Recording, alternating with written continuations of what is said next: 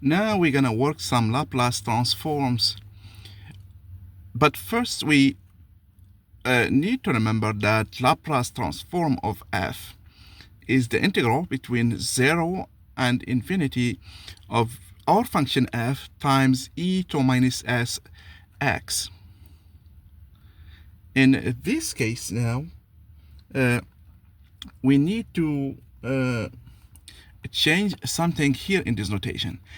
This function here is going to be a function of s, not a function of x. And we will see why. And therefore, to find the Laplace transform of the function, we multiply our function by e to minus s some x, or st, and we integrate. Okay? In our case now, we want to find the simplest one that we can do. The simplest Laplace transform that we can do, which is Laplace transform of 1, the function that's equal to 1 everywhere. But we are only interested in this interval, 0, infinity. Therefore, in our case now, the Laplace of 1 is going to be the integral between 0 and infinity of, let's use t, f of t e to minus st dt. In our case now, f of t is just 1. And therefore, we're going to integrate e to minus st dt.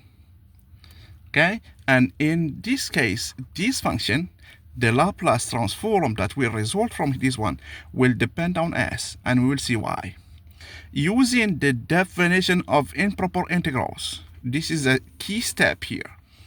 We need to use the definition. Now we will change this, or use definition and change in quite a bit this notation.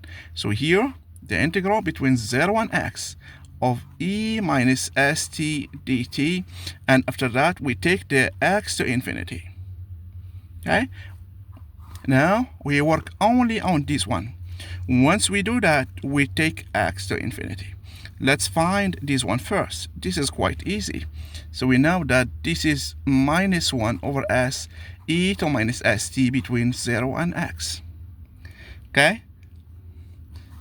And let's not forget to keep this limit outside.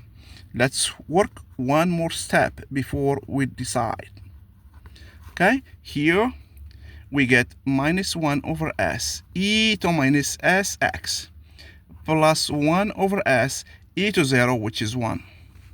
Okay?